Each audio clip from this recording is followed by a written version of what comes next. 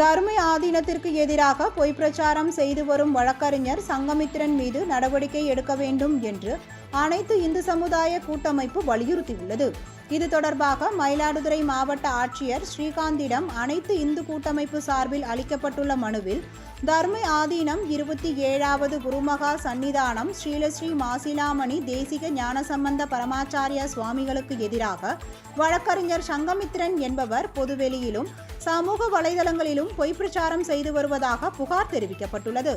மேலும் தர்ம ஆதீனமாக ஸ்ரீலஸ்ரீ மாசிலாமணி தேசிக ஞானசம்பந்த பரமாச்சாரியா சுவாமிகள் பட்டமேற்ற கடந்த 5 ஆண்டுகளில் 500 கோவில்களுக்கு குடமுழுக்கு செய்துள்ளார் எனவும், மயிலாடுதுறையில் மாவட்ட ஆட்சியர் அலுவலகம் கட்டவும் புதிய பேருந்து நிலையம் கட்டவும் இடம் வழங்கியவர் எனவும் அதில் கூறப்பட்டுள்ளது.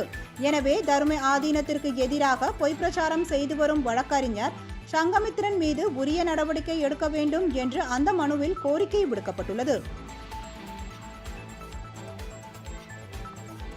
எங்களது மகா சன்னிதானங்களை சங்கமித்திரன் என்ற ஒரு நபர் மிக கேவலமாக, அசிங்கமாக நாங்கள் வணங்கக்கூடிய மகா சன்னிதானங்களை பேசியிருப்பது எங்களுக்கு வேதனை அளிக்கிறது.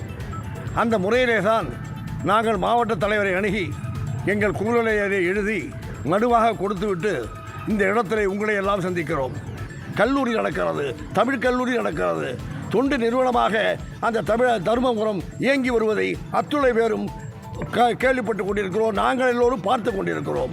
அந்த வகையிலே ஒரு ஆதீனத்தை தரக்குறைவாக விமர்சனம் செய்வதை இந்து சமுதாயத்தை சார்ந்த நாங்கள் அதை ஏற்றுக்கொள்வதற்கு தயாராக இல்லை. அதற்கு தக்க நடவடிக்கை வேண்டும் என்று தமிழகத்தை சார்ந்த இந்து அமைப்பை சார்ந்த மாநில பொறுப்பாளர்கள் அத்துணை பேரும் இங்கே கலந்து கொண்டிருக்கிறார்கள்.